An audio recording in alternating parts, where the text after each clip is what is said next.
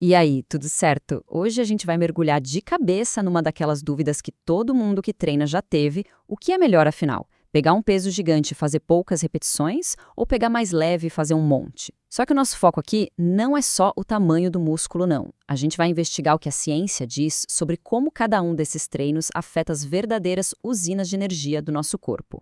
A pergunta é bem direta, né? O que funciona melhor para otimizar as nossas mitocôndrias? E olha, isso é importante, porque estamos falando de eficiência, de ter um músculo que produz mais energia e não só de um músculo que parece maior. A resposta para isso pode mudar completamente o jeito que a gente encara o treino. Então, bora lá.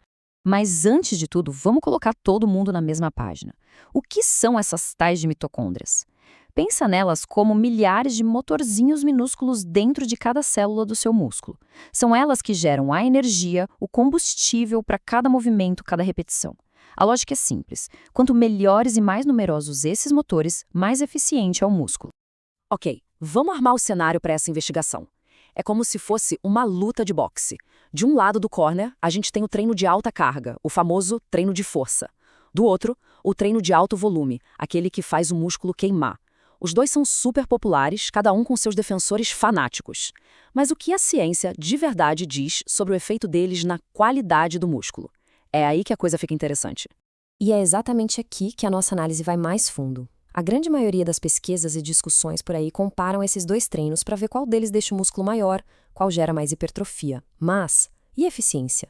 E a capacidade desse músculo de produzir energia? É essa pergunta que a gente quer responder hoje. E para tentar resolver esse mistério, um grupo de cientistas bolou um experimento que, olha, é simplesmente genial. A forma como eles montaram o estudo é muito, muito inteligente, porque permite uma comparação super justa entre os dois tipos de treino. Vamos dar uma olhada em como eles fizeram isso. Primeiro, vamos definir os nossos competidores. O treino de alta carga, ou high load, é aquele bem pesado mesmo, com cerca de 80% da sua força máxima e poucas repetições. Já o treino de alto volume, o high volume, usa uma carga mais moderada, tipo uns 60%, mas com muito mais repetições, geralmente levando o músculo até a falha. Agora se prepara para a sacada de mestre do estudo. Eles fizeram duas análises, uma para ver os efeitos logo depois de um único treino e a outra que acompanhou os participantes por 6 semanas. E a parte genial é essa. Cada pessoa treinava as duas pernas de formas diferentes. Uma perna fazia o treino de alta carga e a outra perna da mesma pessoa fazia o de alto volume. Isso é incrível porque elimina um monte de variáveis, como dieta e genética, e deixa a comparação o mais direta possível. Nossa investigação começa agora com as primeiras pistas. O que acontece no músculo poucas horas depois de uma única sessão de treino? Quais são os primeiros sinais que o corpo emite dizendo, ok, recebi o recado? E para achar essas pistas, os cientistas foram atrás do mRNA. Pensa no mRNA como se fosse a planta baixa que um arquiteto envia para uma obra. São as instruções que a célula cria para poder construir coisas novas, como mais proteínas e, claro, mais mitocôndrias. Se o nível desse mRNA específico aumenta, é um sinal de que o corpo está se preparando para construir mais usinas de energia. E o que essas plantas baixas nos disseram? Bom, o que a gente vê aqui é que sim, a atividade dos genes para criar mitocôndrias aumentou depois do treino. Mas o aumento foi praticamente o mesmo tanto para o treino de carga alta quanto para o de volume alto. O resultado foi basicamente um empate. O corpo recebeu o sinal para se adaptar, mas nessa primeira fase parece que não fez diferença como esse sinal foi enviado. Mas a gente sabe que as primeiras pistas nem sempre contam a história completa. Chegou a hora do evento principal. O que aconteceu de verdade depois de 6 semanas de treino consistente? Qual método se provou melhor para construir as usinas de energia do músculo no longo prazo? E a pergunta que não quer calar é essa. Depois de 1 mês e meio de treinos, com uma perna indo para o lado da força bruta e a outra para o lado da resistência, qual delas se tornou mais eficiente na produção de energia? Qual perna venceu essa disputa? O veredito tirado diretamente do artigo científico não poderia ser mais claro. A conclusão dos pesquisadores é que, nos resultados que eles mediram, não houve nenhuma diferença significativa entre os dois tipos de treino. É isso mesmo. A resposta é nenhuma. Nenhuma das pernas teve uma adaptação mitocondrial superior.